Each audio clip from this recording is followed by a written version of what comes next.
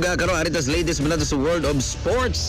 Atong tabog-tabogan sa latest sa National Basketball Association kon NBA kaya gipanguluhan ni Memphis Grizzlies star Ja Morant ag iyang team aron sa i-poste ang 126-109 nga kadugan batok sa Orlando Magic sa ka NBA game nga gipahigayon sa London. Aga dua na hitabo sa O2 Arena di nako usab sa dakong atensyon tungod usab sa incident ato usab sa pre-game ceremony.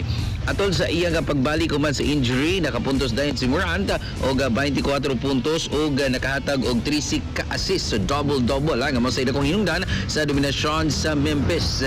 Nanguna sa Grizzlies og hangtod 33 puntos og nakakuha dayon og kusog nga momentum human sa pagka-score og 40 puntos sa first quarter.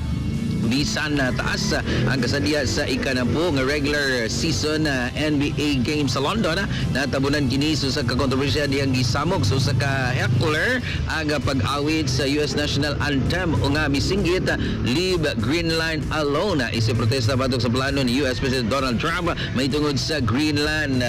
Ang video sa insidente dali nga nag-viral sa social media din sa duwa mato ni Orlando coach Jamal Mosley ang kusog og liderato sa ni Morant may nakapugong sa Magic sa posibleng comeback sa unang bahin pa lang sa duwa naka 20 puntos naka-assist na usab dayon si Ja Morant.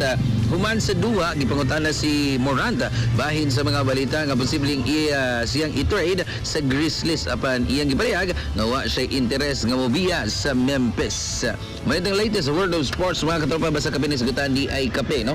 The more mo drink, mas magka-healthy pag kita mga higala tungod kay good for the heart, memory, and immune system. Santon Plus Comex good na soya powder, kamunggay ug mangosteen. Mapalit sa mga nagulang butika sa inyong dapit sa Yasol Pharmacy nga nasa ground floor C Plus sa building diha sa Street Barangay Zapatera, Cebu City.